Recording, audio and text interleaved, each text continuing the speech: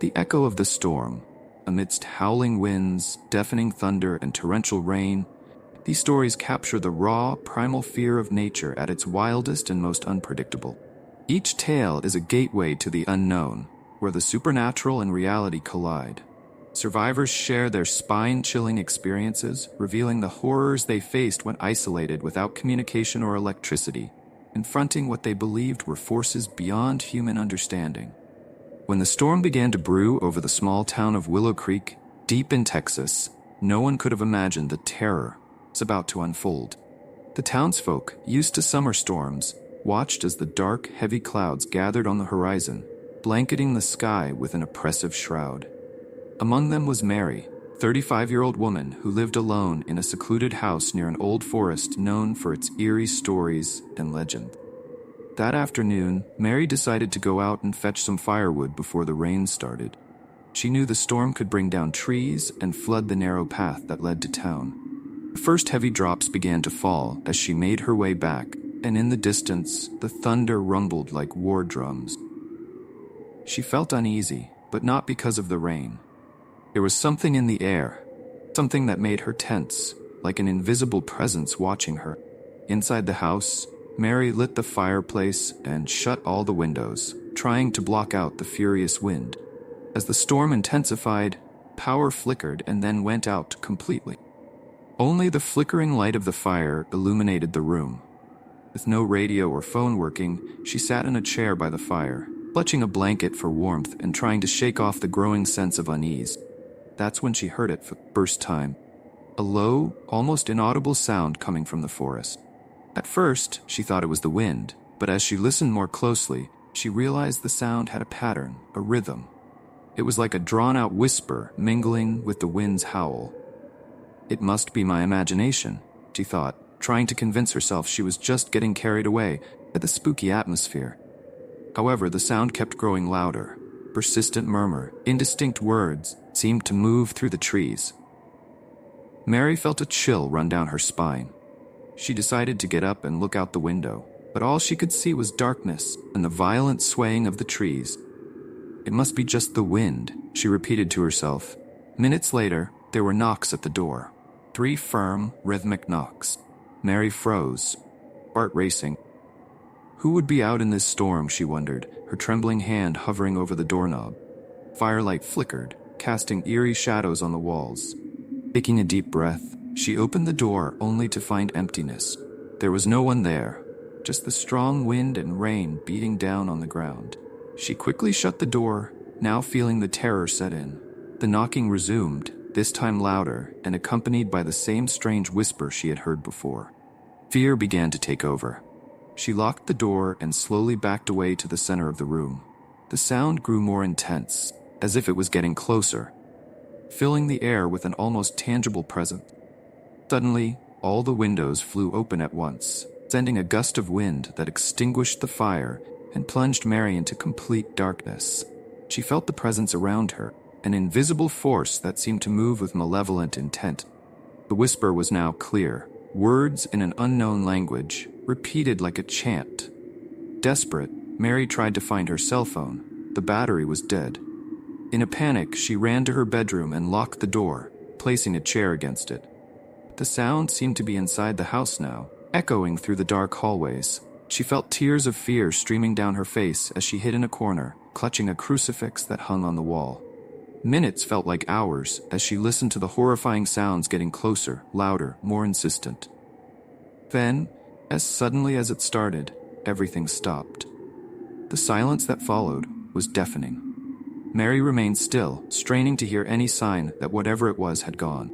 After what felt like hours, she finally dared to come out of hiding. When she opened the bedroom door, everything was calm.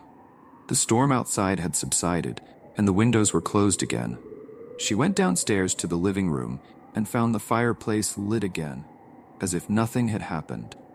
Trying to convince herself it had been a nightmare, Mary went to the kitchen to get a glass of water. That's when she saw it in the mirror hanging on the living room wall. A message written with foggy fingers.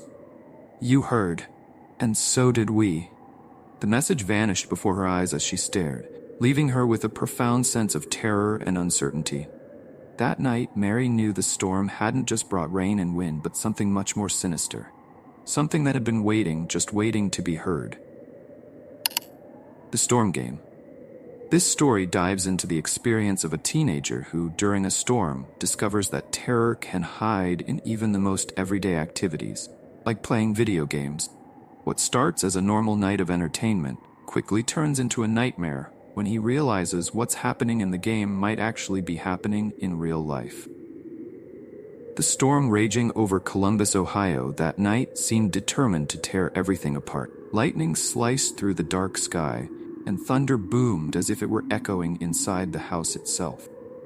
In Daniel's room, 16 years old, the sound of heavy rain pounding against the window was barely noticeable. His eyes were glued to the glowing monitor, fingers moving fast on the controller as he guided his character through an online survival horror game. The storm's energy outside seemed to fuel the adrenaline coursing through his veins. "Come on, just one more level," he muttered to himself, hardly aware of how deep he was in the game. The room was dark, except for the bluish glow from the screen and the faint flicker of an LED lamp that blinked due to occasional power surges.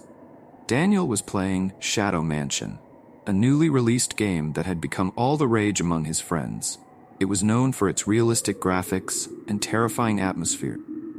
As he moved his character through dimly lit, dark hallways, he heard a loud crack outside his window. He glanced over for a second, but quickly focused back on the game. "This branch is breaking," he thought, trying to stay in the zone. When his eyes returned to the screen, something seemed off. The virtual hallway he knew so well was darker than before. The shadows had deepened. A chill ran down his spine, but he shrugged it off. "Must be a game update," he told himself. The game was set in an old, abandoned mansion, filled with maze-like corridors and rooms full of traps. His goal was to escape from the grotesque creatures that roamed the halls, hungry for anything alive. Daniel always played with headphones on to catch every sound detail. Creaking floorboards, the eerie whispers, and the howling wind that seemed to come from within the game itself. That night, the sound seemed different, more real. As his character approached a closed door at the end of a dark corridor, Daniel's heart started to race. He'd played this part before, but something was off. There was a presence, faint sound he couldn't quite place. He stopped, staring at the screen with wide eyes. From the other side of the door, he heard what sounded like distant crying. That wasn't in the game before, thought, confused. Still, he decided to open the door. As soon as he did, the screen went completely black for a second, and then a message appeared in red letters. "You shouldn't have done that." Daniel felt a chill.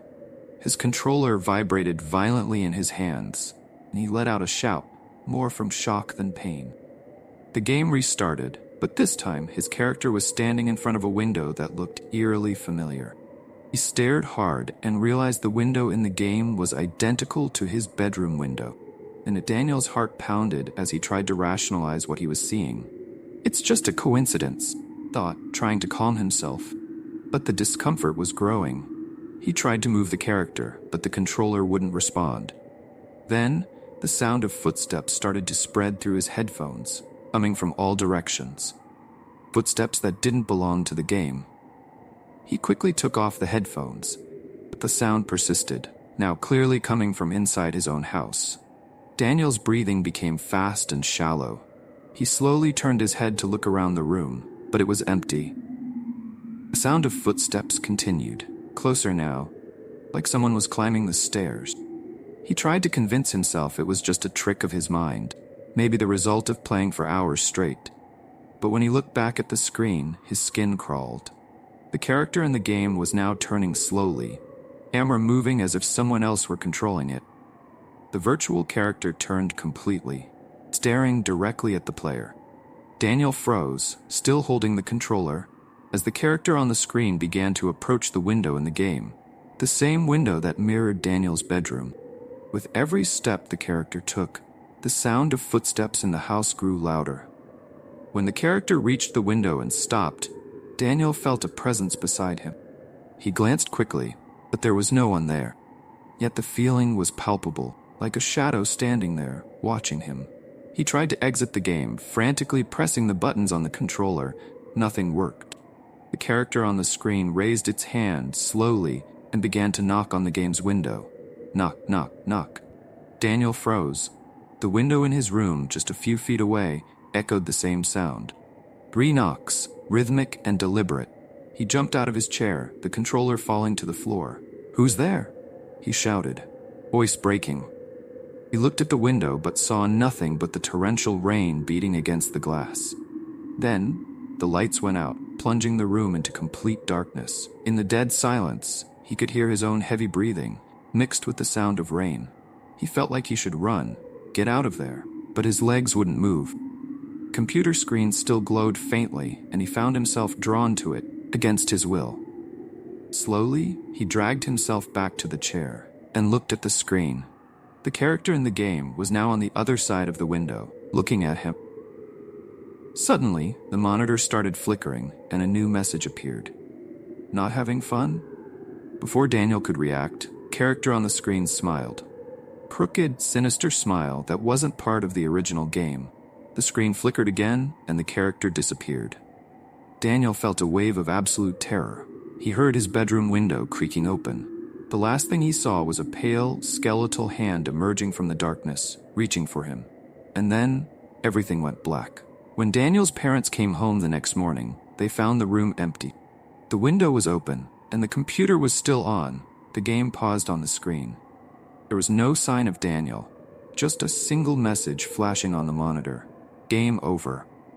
This story is a reminder that during a storm, danger can be closer than we think. Sometimes what seems like innocent entertainment can open doors to the unknown, and not all games have a happy ending. The House on the Hill. In this story, a group of teenagers decides to explore an old, abandoned house during a storm. What starts as a harmless adventure quickly turns to a nightmare when they realize they're not alone. The house holds long-forgotten secrets, and something, or someone, doesn't want them to leave. On top of a hill just outside Asheville, North Carolina, an old Victorian house stood silently, its broken windows and peeling walls like empty eyes watching the surrounding forest. To the town's residents, it was known as the House on the Hill, a place no one dared to visit, especially during the frequent storms that swept through the area.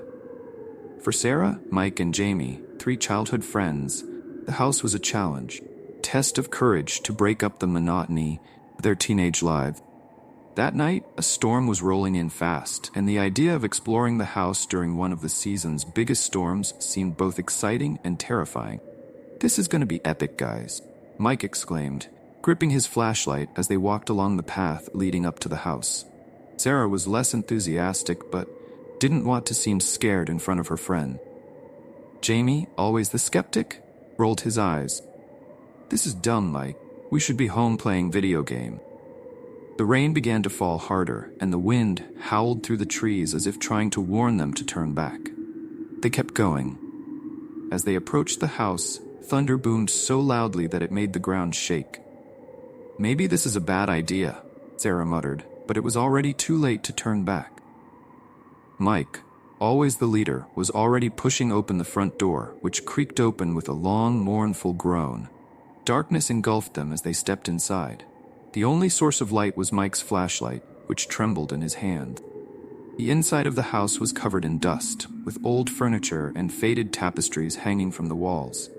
A large, partially collapsed wooden staircase led to the second floor. "Let's explore a bit," Mike suggested, his voice trying to sound confident but betraying a slight tremor.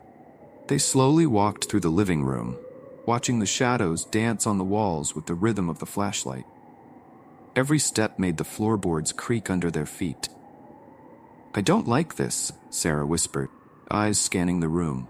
"Something feels wrong here." Jamie let out a nervous laugh. "Sarah, there's nothing here but rats and dust. Let's just take a quick look and get out." But deep down, he felt the same chill run down his spine. Something seemed off, like the house itself was breathing, watching them.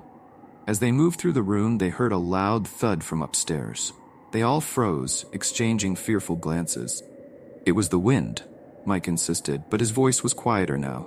It continued, the sound of the storm outside growing louder, almost drowning out their footsteps. But then they heard it again. faint, indistinct whisper. It seemed to come from all directions at once. "Who's there?" Mike called out, his voice echoing against the empty walls. No answer, just the sound of wind and rain hammering the roof. Jamie pointed to the staircase. "Anyone want to go up?" he asked, trying to sound brave, but his hand was shaking. "Let's just leave," Sarah pleaded, her eyes wide with fear. "Please, Mike, this isn't funny." But Mike, always stubborn, started climbing the stairs. "If there's someone here, we want you to know we're not afraid," he shouted, his voice full of bravado. Flashlight shook in his hand, casting grotesque shadows on the walls. Jamie and Sarah reluctantly followed him. At the top of the stairs, they found a long hallway with doors on either side. Some were slightly open, others closed. The atmosphere was heavy, almost suffocating. The air felt too cold for a summer night.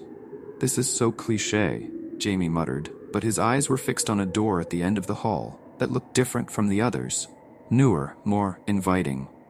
Without a word, the three of them walked up to the door. Mike pushed it open, and it creaked like a scream. Inside, there was a small, empty room except for an old rocking chair and a large mirror on the opposite wall.